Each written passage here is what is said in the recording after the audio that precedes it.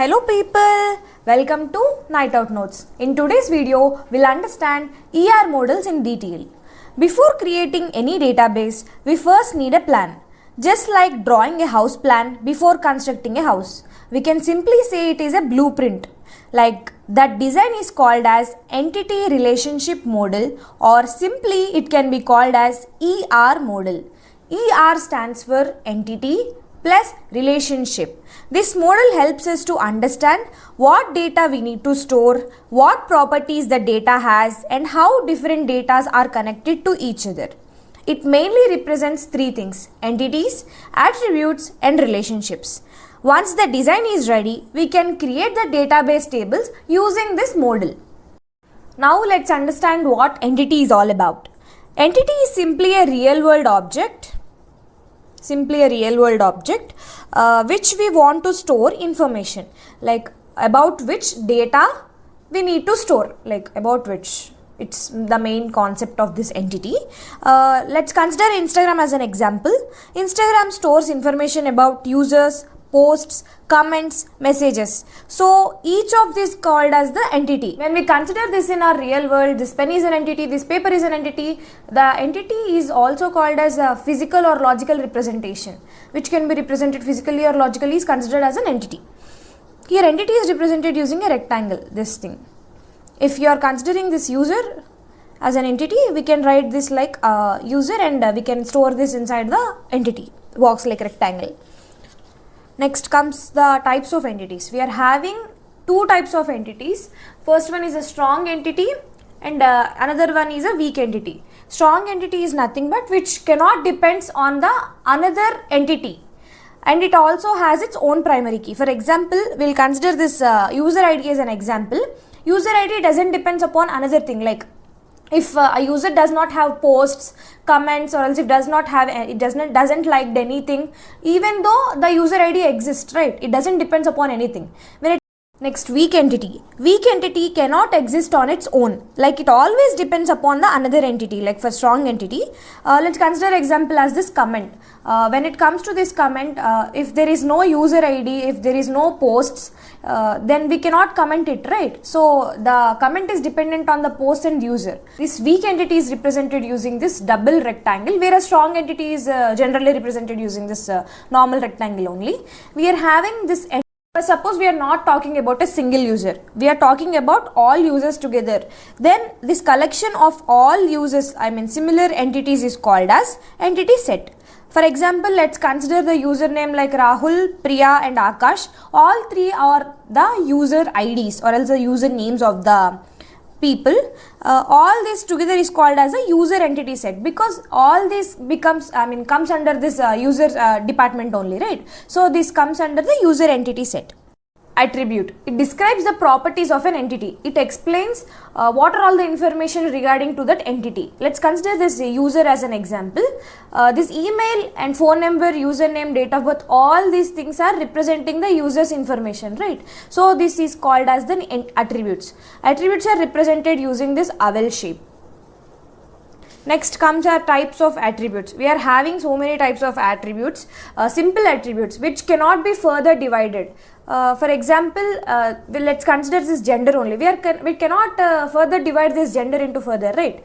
And mobile number is not splitted into anything. So this is called as the simple attribute.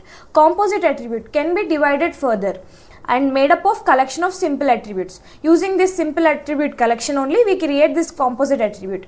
When we consider this name as an example, we can write the name in the format of first name, middle name, and last name. So it can be divided further, right? You can understand this by looking into it.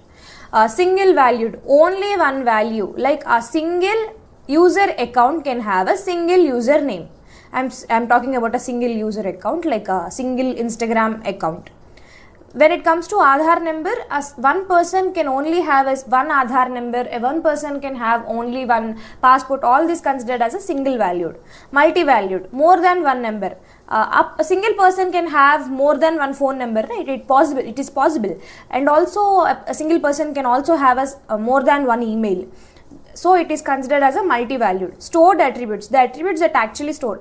The attributes which are actually stored inside the database by the person. Physically it was entered into the database is called as this stored attributes. Like name, we entered the name into the database, right? Date of birth, phone number, all these things are we entered into the database is called as stored attributes. Next comes our derived attributes. The attributes are derived from another, like which are calculated by using another attribute. Let's consider this age. This age can be derived from the date of birth which the people have entered. Like when we consider this date of birth which a person was born in this 2004 year, let's consider his age as 22 years right now. So using this date of birth we can consider the age, we can derive, this was derived, right? From the date of birth the age was derived. It is represented using a dotted oval for easy understandability purpose, like it is derived from the one another entity, it is represented using a dotted oval. Next comes our key attribute. Attributes which use it to uniquely identify a record. For unique identification, we use this key attribute. For example, let's consider this user ID. No two users can have a same user ID, right? So that we can find the records of that person or else the user. It is represented using an oval which was underlined. Next comes a relationship. A logical connection between two or more entities. This relationship generally used to connect between the two entities. How they are connected is explained using this relationship. For example, let's consider this user liked some post. Here user and post are two separate entities, right? And those two are connected using this liked. And this relationship is represented using a diamond shape. Relationship set. Collection of similar relationships between entities. Like Rahul creates a selfie, Priya creates a birthday reel. All this creates relationship together, form a relationship set. A relationship nothing meant by a connection between two entities, right? A relationship set meant by collection of similar entities using a similar relation, like create is a similar relation, right? So that this is meant by a relationship set. Next we are having degree of relationship.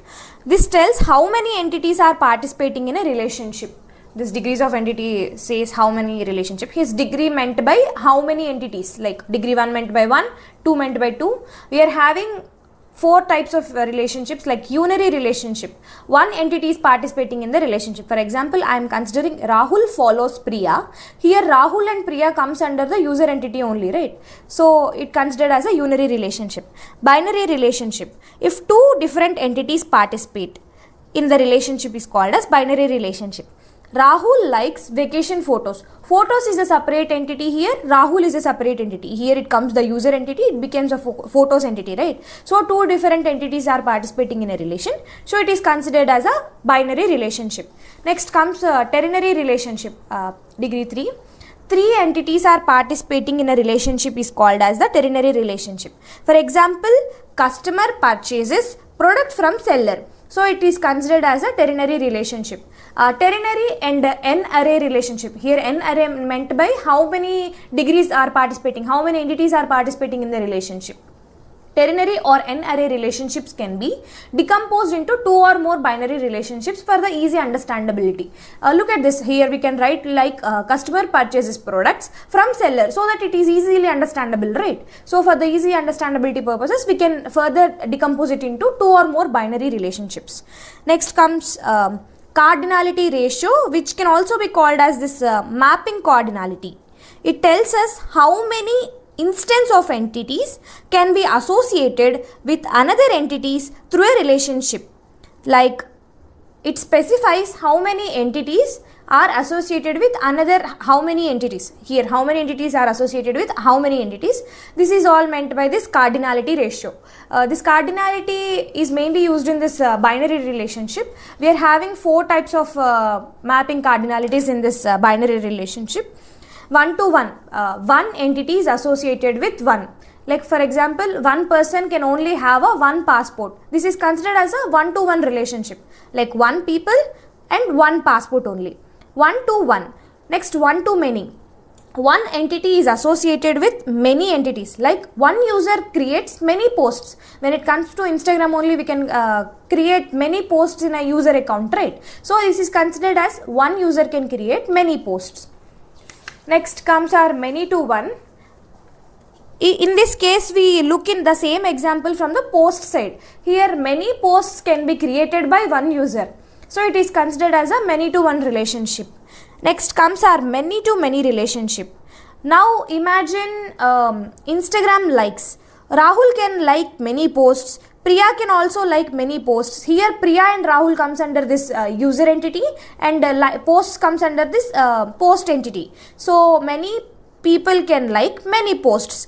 So this can be considered as a many-to-many relationship.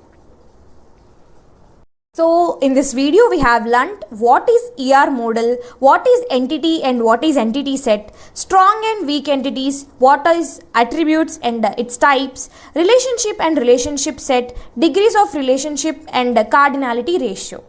Yeah, that's all for today's video. I hope you found this explanation simple and easy to understand. In next video, we'll understand how to draw ER diagrams step by step using hospital, library management, etc. along with the most important semester exam questions. So don't miss it. Until then, don't forget to hit that bell icon and subscribe to my channel so that you'll get more informative videos like this. If you found this video really helpful, please like and share. Meet you in another video. Bye bye.